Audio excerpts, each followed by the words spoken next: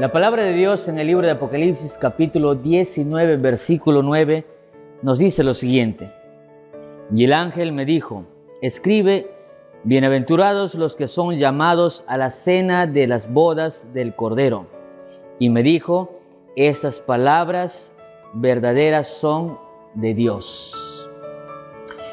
El libro de Apocalipsis, así como el libro de Lucas, capítulo 15, y en realidad toda la Biblia en su desarrollo, tienen un tópico muy hermoso y muy lindo cuando se refieren a las buenas noticias, cuando se refieren a las victorias. Siempre que hay victorias, hay celebración, hay una boda, hay celebración. Hay alguien que fue perdido y finalmente fue encontrado, hay celebración. ¿Por qué? Porque las victorias se celebran. Las victorias son motivo de celebración, son motivo de alegría, son motivo de felicidad. Cuando conocí a Jesús y finalmente decidí entregarme a Él en las aguas del bautismo, recuerdo muy bien la fecha, fue el 10 de noviembre del año 2001. 10 de noviembre del 2001, hace algunos años. Ese día fue un momento de alegría, de gozo. Fue la culminación de una etapa inicial, no de mi vida. No fue el final de la historia de mi vida cristiana, no. Fue en realidad el inicio, pero fue también la culminación de esa primera parte de conocimiento, de búsqueda. Recuerdo que para tomar esa decisión ocurrieron muchas cosas, pruebas, desafíos, dudas, por allí también oposición de algunas personas, porque a veces cuando uno decide por Jesús, no son personas extrañas las que se oponen, a veces son las personas que son de tu mismo círculo, personas que muchas son queridas o cercanas como familiares, amigos, entre otros. Gracias a Dios, yo hice caso al llamado de mi Padre Celestial y un día, el 10 de noviembre del año 2001, finalmente doblé mis rodillas, finalmente doblegué mi corazón y le acepté y fui bautizado para honra y gloria de Dios. Ese día fue un momento de felicidad también para mi pequeña iglesia. Los hermanos se regocijaron, los hermanos se alegraron, hicieron un pastel, hicieron algunas cositas allí agradables, disfrutamos. Fue un momento inolvidable. En la Biblia, en el capítulo 19, versículo 9 del libro de Apocalipsis, nos cuenta de una boda, y esta boda es la boda del Cordero. Es una cena en realidad, es una celebración. Están todos los salvos, todos los que han vencido, todos los que han encontrado o han alcanzado la victoria sobre el mal, sobre el enemigo. Aquellos victoriosos, aquellos vencedores, son los que tienen derecho a sentarse en esa cena de celebración. ¿Con quién? Con el Cordero, que fue en un inicio representado en los animales, allí en el libro de Génesis, capítulo 3, versículo 21, en ese Cordero que es llamado así por Juan, allí en el libro de Juan, capítulo 1, versículo 29, y que ahora es también identificado como ese Cordero que brinda una cena a los victoriosos. ¿Te gustaría ser partícipe de esa gran cena? Entonces vamos a ver a continuación en un evangelio por qué es que hay gozo y por qué es que hay celebración al final del tiempo también. Dice la Biblia en el libro de Lucas, capítulo 15. Lucas, capítulo 15, nos muestra una parábola que tiene dos parábolas de introducción. Del capítulo 15, versículos 1 al versículo 7, nos cuenta la parábola de la oveja perdida. De los versículos 8 al 10 del capítulo 15 de Lucas nos muestra la parábola de la moneda perdida. Y finalmente, del versículo 11 al versículo 32 de Lucas capítulo 15, nos habla de la parábola conocida como el hijo pródigo. Estas tres parábolas en realidad son más que interesantes porque guardan muchas similitudes. Yo quiero en esta hora identificar por lo menos tres características similares o tres similitudes. En primer lugar, en las tres parábolas, alguien pierde algo. En el caso de la parábola de la oveja perdida, el pastor pierde una oveja. O en realidad esta oveja se pierde, pero alguien pierde una oveja. En este caso, el pastor. En la segunda parábola, en la parábola de la moneda perdida, la mujer pierde un dracma. Lo pierde allí en su casa. ¿Sí? El dracma es extraviado o se pierde dentro de la casa. En la tercera parábola, un padre pierde a su hijo, al hijo pródigo. La segunda similitud que encontramos en estas tres historias es que lo que se ha perdido finalmente es encontrado. El pastor encuentra a la oveja perdida, la mujer encuentra al dracma perdido o la moneda perdida, y finalmente el padre se encuentra con el hijo o encuentra al hijo que había estado perdido. Y la tercera y última similitud entre estas tres historias o tres parábolas se encuentra en la celebración. Sí, cuando el pastor encuentra a la oveja perdida, hay celebración, hay gozo. Cuando la mujer encuentra la moneda que estaba perdida dentro de su casa, hay gozo, hay celebración, hay fiesta. Y finalmente, cuando el padre encuentra a su hijo que había estado perdido, hace un banquete, hace una celebración hermosa en honor al que había estado perdido. Sin embargo, si nosotros hacemos una lectura cuidadosa del texto, vamos a descubrir dos detalles más que importantes. En primer lugar, quiero decirte que la historia del hijo pródigo en realidad es la conclusión de las dos parábolas primeras. Es decir, estas dos parábolas, la parábola de la oveja perdida y la parábola de la moneda perdida, son en realidad una ilustración para explicar mejor la parábola del hijo pródigo. ¿Cómo es esto, pastor? No le estoy entendiendo. Cuenta la parábola del hijo pródigo de la siguiente manera. Un padre tenía dos hijos. Dice el texto así, también dijo, un hombre tenía dos hijos. Y el hijo menor, versículo 12, de ellos dijo a su padre, Padre, dame la parte de los bienes que me corresponde, y le repartió los bienes. El texto continúa diciendo, no muchos días después, juntándolo todo, el hijo menor se fue a una provincia apartada y de allí desperdició sus bienes viviendo perdidamente. Versículo 14, y cuando lo hubo perdido, cuando lo hubo malgastado, vino una gran hambre en aquella provincia y comenzó a faltarle. Y fue y se arrimó a uno de los ciudadanos de aquella tierra, el cual le envió a su hacienda para que apacentase cerdos. Versículo 16, y deseaba llenar su vientre de las algarrobas que comían los cerdos, pero nadie le daba. Y volviendo en sí, dijo, ¿cuántos jornaleros en la casa de mi padre tienen abundancia de pan, y yo aquí padezco de hambre? Interesante que esta historia nos cuenta por lo menos algunas lecciones. En primer lugar, el padre tiene dos hijos. Los que somos padres sabemos que ningún hijo es igual a otro, ¿verdad? Todos los hijos tienen diferentes cualidades, son tan diferentes. A pesar de haberse educado en la misma casa, a pesar de haber amamantado de la misma mamá y a pesar de haber recibido muy probablemente la misma educación, son diferentes. En esa historia, el hijo menor hace un pedido extraño para esos tiempos y también para nuestros tiempos.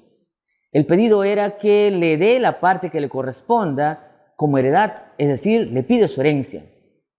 De manera interesante, en aquellas culturas, en esos tiempos, esta era una afrenta directa porque solamente era posible repartir una herencia cuando el padre había fallecido y el padre estaba vivo y de pronto escucha ese pedido. Muchos comentaristas concuerdan en que este pedido era un deseo de muerte del hijo.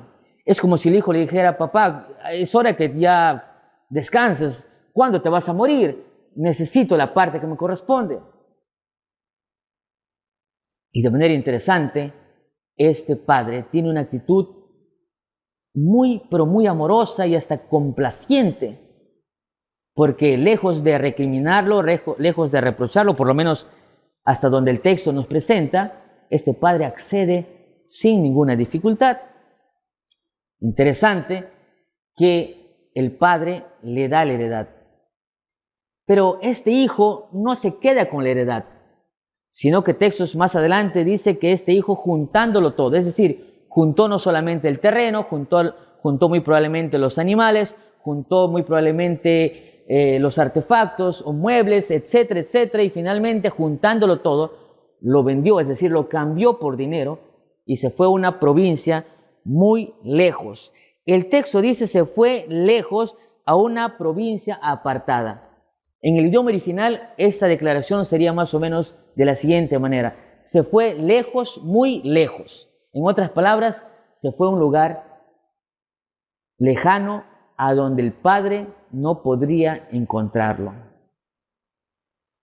Ahora, es interesante que la historia nos dice que este hombre o este muchacho desperdició, lo gastó todo, lo despilfarró en muchas cosas y finalmente se quedó sin ningún centavo. Cuando vino la hambruna en aquella ciudad o en aquel pueblo, este hombre se encontraba sin dinero y finalmente llega a trabajar cuidando cerdos. Esta historia es más que impresionante porque Jesús la cuenta a un público que es judío, a un público que saben que cuidar cerdos es un trabajo realmente repugnante, realmente imposible para cualquier judío que se respete. Es interesante que este muchacho se fue muy lejos de la casa del padre. Y allí, lejos de la casa del padre, se pone a cuidar cerdos. Cuando los judíos escucharon, muy probablemente dijeron: no puede ser. Este muchacho se fue a cuidar cerdos. Era un trabajo muy repugnante, era un trabajo triste, lamentable, trágico. No podría entenderse a un buen judío cuidando cerdos.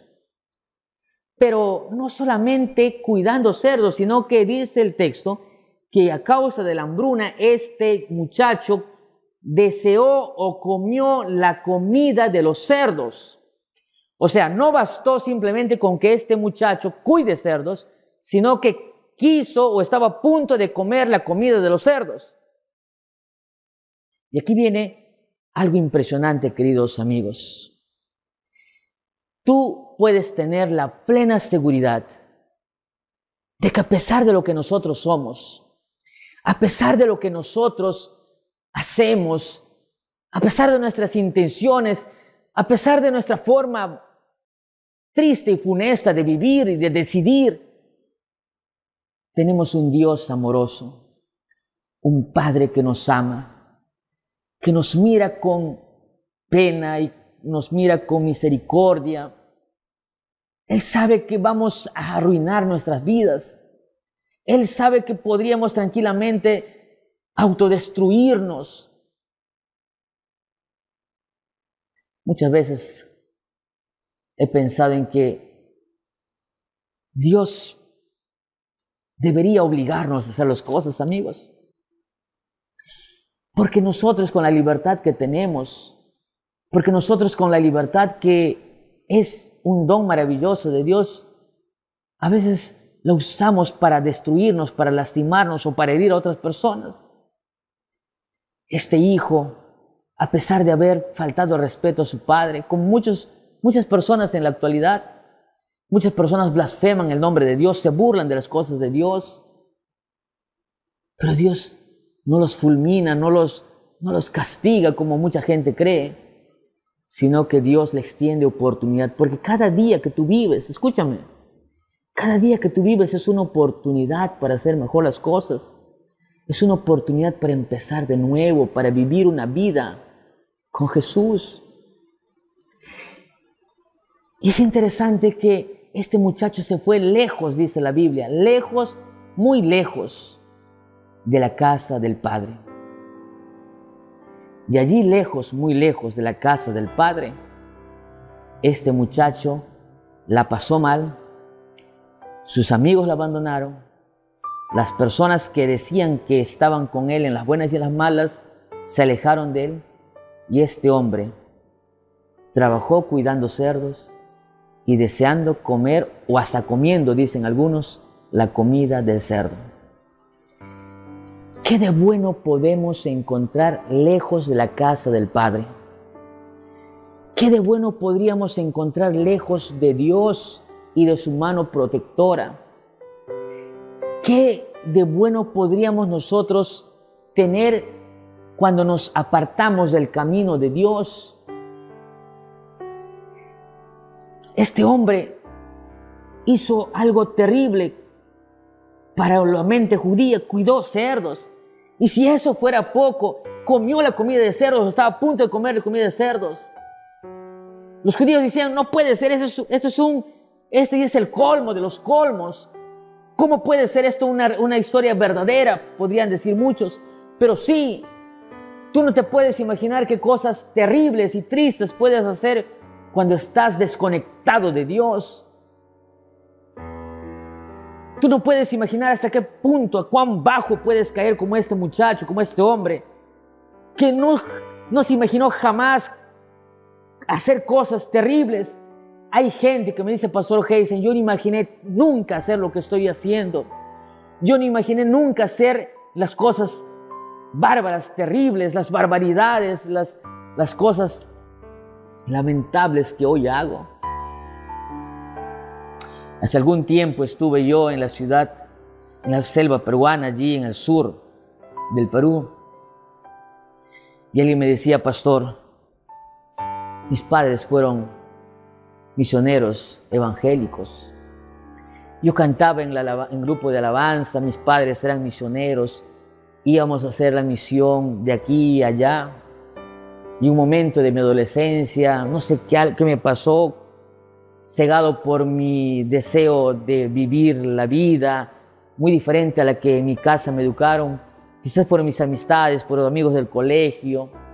Un día decidí abandonar todo lo que yo de niña había aprendido para enrumbarme a hacer las cosas como yo quería. Pastor, hoy estoy viviendo una vida que jamás en mi vida imaginé. Hoy me encuentro vendiendo mi cuerpo por unos cuantos soles. Pastor, nunca imaginé. Estoy viviendo lejos de Dios, me avergüenza mi vida. Quisiera salir, pero no puedo. Quisiera salir, quisiera empezar de nuevo, pero no puedo, porque he caminado tan lejos. Oh amigos, nadie puede vivir feliz comiendo comida de cerdo o viviendo entre cerdos.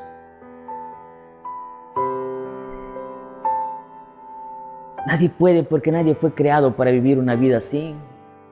Tú no fuiste creado para vivir en lágrimas, en dolor, en tragedia. Dios te creó para ser feliz. Tú no tienes por qué estar llorando, por qué estar mendigando amor, por qué estar allí detrás de esa persona que no te valora, que no te ama, que no, ya te demostró que no le interesas.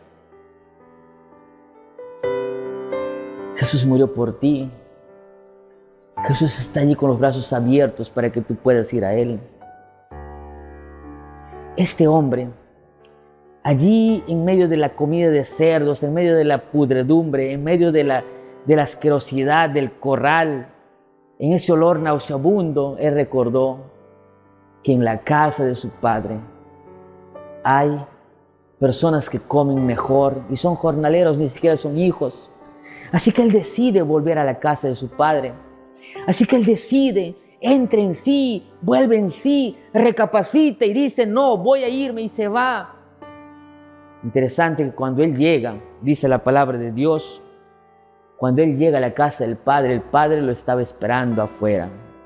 Un encuentro emocionante, el padre y el hijo se encuentran, se abrazan, lloran ambos y el padre dice, hagamos una fiesta, una celebración. Mata un cordero, un becerro grande, le ponen un vestido lindo, le ponen sandalias nuevas, le ponen un anillo en representación de victoria, de celebración. Y cuando todo está lindo y hermoso, porque es un momento de felicidad, aparece un hijo. Y el hijo le dice, padre, estoy enojado, porque a ese hijo que estuvo perdido, ese hijo que estuvo allí desgastándose con mujeres y destruyendo toda su heredad, tú le organizas una cena, una boda, una celebración, una fiesta. Y yo que estuve contigo tantos años, nunca mataste un corderito por mí. ¿Por qué? Este padre le dice, hijo, todo lo que está aquí es tuyo. Todo esto es tuyo. Y era cierto, amigos, porque cuando el padre dividió la heredad para darle al hijo menor, esa heredad que restaba era del hijo mayor. En otras palabras, el padre estaba viviendo en la heredad del hijo. Pero interesante que este hijo revela algo que muy pocas veces lo hemos notado si leemos la Biblia de manera superficial.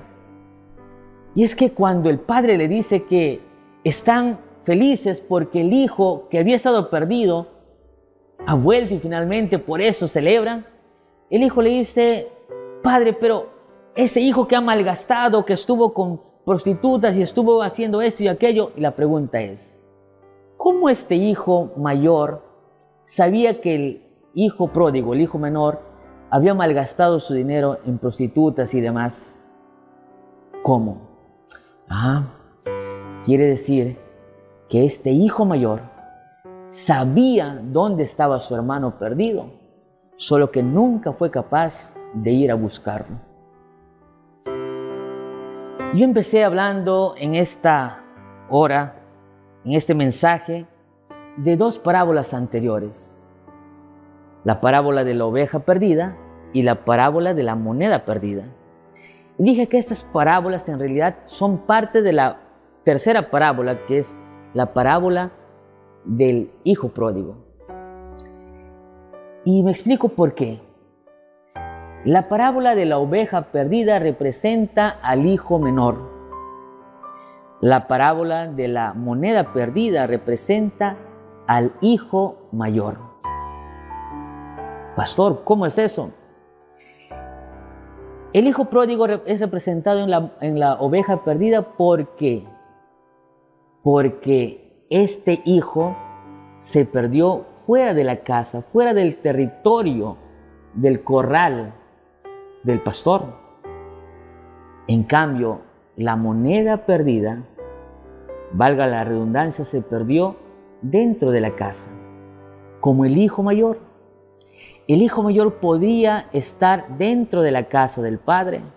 El hijo mayor nunca se había apartado lejos de la casa del padre, pero estaba revelando por su falta de amor, estaba revelando por su infelicidad y su insatisfacción en la casa del padre, estaba revelando que estaba perdido, al igual que la moneda, dentro de la casa. Y yo no sé, querido amigo, pero muchas veces hay también en la vida dos tipos de personas que están perdidas. Unas que tienen el valor de apartarse de Dios. Tienen el valor finalmente porque hay que ser valientes de un día decir, no puedo más, ya no sé qué hacer. Y finalmente, poco a poco, deciden apartarse de Dios. Una semana, un mes, 2 meses, años, finalmente deciden apartarse de la iglesia, apartarse de Dios. Estaré hablando para alguien que está apartado de Dios. Tú cantabas en el coro de la iglesia. Tú ibas a la escuela sabática, es más, tú pertenecías al club de conquistadores. Tienes aún tu uniforme. Tú tienes aún los cánticos en tu mente, te acuerdas de la ley del conquistador. Estudiaste tú en una institución adventista, en un colegio adventista. Fuiste colportor. Perteneciste a la iglesia o quizás eras evangélico, pentecostal. Tú cantabas en el coro de alabanza, tú eres un predicador, pero hoy estás lejos de Dios. Estás haciendo cosas que jamás imaginaste hacer. Estás viviendo entre cerdo, entre la cochinada, entre la pudredumbre de la vida. Estás comiendo comida de cerdo que nunca imaginaste comer. Tú no puedes seguir así. Nada bueno has encontrado. ¿Qué de bueno encontraste lejos de Dios? Tú tienes que volver a la casa del Padre. No hay vuelta que dar. Solo y como estás viviendo, jamás solucionarás las cosas. Tú tienes que ir a la casa del Padre. Tú tienes que ir a tu Padre Celestial. Tú tienes que ir a Dios. Él te está esperando con los brazos abiertos. Tú puedes cambiar la historia. Tú puedes tener el gozo, la paz de la salvación. La paz de la salvación. No puedes vivir así. Pero sabes, estoy hablando para alguien que está yendo a la iglesia. Tú vas a la iglesia, tú asistes a los cultos, tú tienes tu Biblia. Cada sábado, cada domingo estás en el templo, en los cultos. Pero al igual que el hijo mayor, muy probablemente estás lejos de la casa del Padre. Es decir, tu cuerpo, tú asistes en la casa del Padre, pero tu corazón está lejos de la casa del Padre. Tan igual o peor que el hijo pródigo. Porque no encuentras gozo, paras criticando, paras aburrido, te duermes cuando escuchas los mensajes, no sabes qué hacer, no encuentras gozo. Ese amor que sentías antes se te ha ido perdiendo. Tú puedes empezar una nueva historia con Jesús. Amén. Que Dios te bendiga. Sí, tú puedes estar perdido dentro de la casa como el hijo mayor de la historia. Pero el Señor Jesús te está diciendo también a ti, mira, hay oportunidad. Yo también morí por ti. Vuelve a tu primer amor. Vuelve a hacer las cosas que antes hacías. Vuelve a tu primer amor. Ya es las primeras cosas, dice Apocalipsis capítulo 2, versículo 4. No importa dónde estés tú. No importa lo que hayas hecho. Si tú vas hoy y le pides perdón a Dios, si tú vas hoy y le pides una nueva oportunidad, Dios te salvará.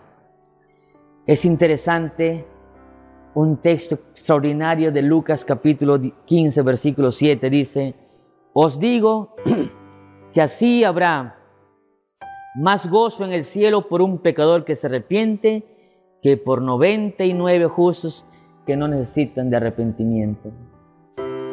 Apocalipsis nos enseña que al final de los tiempos, al final de ese gran conflicto, habrá una cena grande. Y sí, un gozo enorme cuando un pecador se arrepiente. Un gozo enorme porque hoy tú le vas a decir al Señor Jesús: te entrego mi vida, te entrego mi corazón. Ya no quiero marchar solo. Ya no quiero ensuciarme más en la pudredumbre de la vida sin Dios. Ya no quiero estar revolcándome en el pecado. Ya no quiero estar revolcándome en la desgracia de mis decisiones, en la desgracia de mis vicios, mis costumbres, mis malos hábitos, mi forma de pensar.